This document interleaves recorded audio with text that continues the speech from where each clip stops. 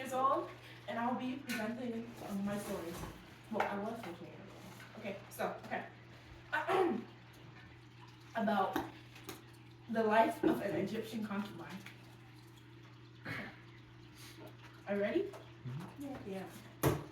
Imagine living in 14th century BC Egypt. You're 14 years old, and your name is Ebla. Helping your mom make her famous barley stew. Suddenly, a group of goons storm into your house, snatch you up, and drag you away. Your mom tries throwing a pot at them, attempting to set you free. But it didn't work. They're too strong. You're placed on a ship with other girls who are scared and crying. After a long trip, you docked at the shore of Egypt. You're led to a royal courtyard, waiting for the overseer of the harem where the king's wives and concubines live. He comes and inspects you, then says you're all right, and sends you to your chamber to get washed up and dressed with jewelry worth more than your entire village. Some may call your chamber a privilege, but you call it a prison. You have to stay in there for days, getting dressed to go nowhere. After a while, you decide to go outside. You see a group of women and wave. They scrunch their nose at you. So you go back inside. You see a letter that invites you to a banquet in 2 weeks. You're excited about the news. Then you see the overseer of the harem with another man coming to your room. He's your teacher for the next 2 weeks. You're taught the basics of the language, culture, and etiquette. On the day of the banquet, you see a man, a couple years older, dressed in gold head to toe. Eyes on you. You don't know it yet, but he's the king. He whispers to one of his guards. Later that night, you meet him in his room. He's a W. Rizzler. You talk until late, then leave. The following weeks go by. You overhear plots of the royal wives to get you out. You and the pharaoh grow closer. He spoils you. He gives you servants that actually listen to you. Now you're officially a royal concubine. His wife continues bad-mouthing you, calls you temporary, except you get pregnant. That changes everything. The pharaoh is obsessed, and the royal wives are plotting to make you and your baby disappear before it even cries. Your baby is your golden ticket. If anything goes wrong, and if everything goes right and you have a boy, you're set. If you have a girl, it's not bad, but she won't become an heir. However, if you miscarry, it's wraps. Let's not forget the chances of you dying during birth. Somehow, you survive. And it's a boy. It's a boy.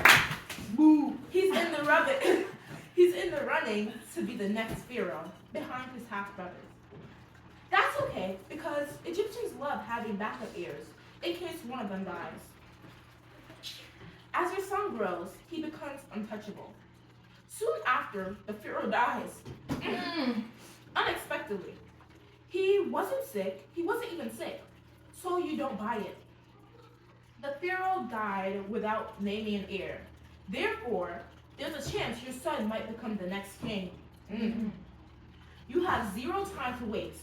You start moving the chess pieces. Except with foreign blood,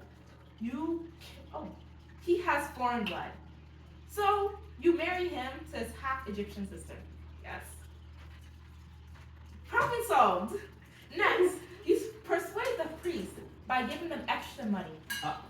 Suddenly, your son becomes the chosen one. Is this true? No. Are you going to tell anybody? Absolutely not. After your son is crowned pharaoh, after, your son is crowned pharaoh, but he's too young to rule. So guess who gets to run Egypt in the meanwhile? You! Ooh. Yes! Woo! Not as a concubine, but as a queen mother. Then you start moving messy. Getting back at those who mistreated you. And hiring new servants. Egypt doesn't do mercy for foreign concubines, but you made it anyway. Your son's reign becomes a success. However, you know the truth.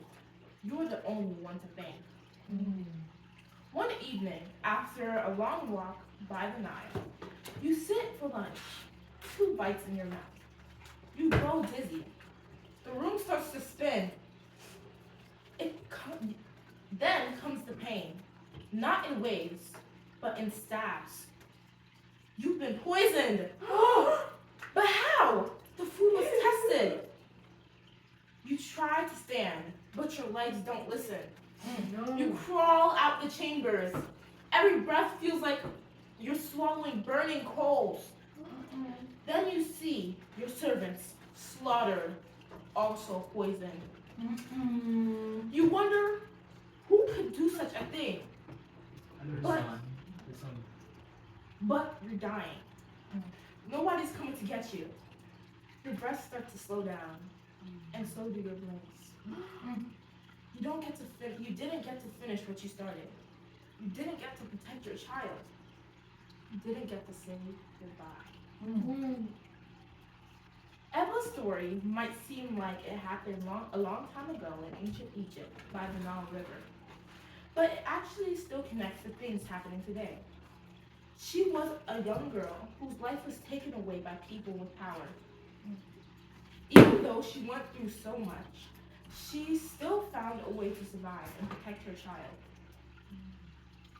But her life also shows how scary and unfair things were for girls like her. Sadly, some people today still go through things where they don't have control over their own lives. That's why stories like hers matter, and why we should be more aware and help to make sure people are treated fairly.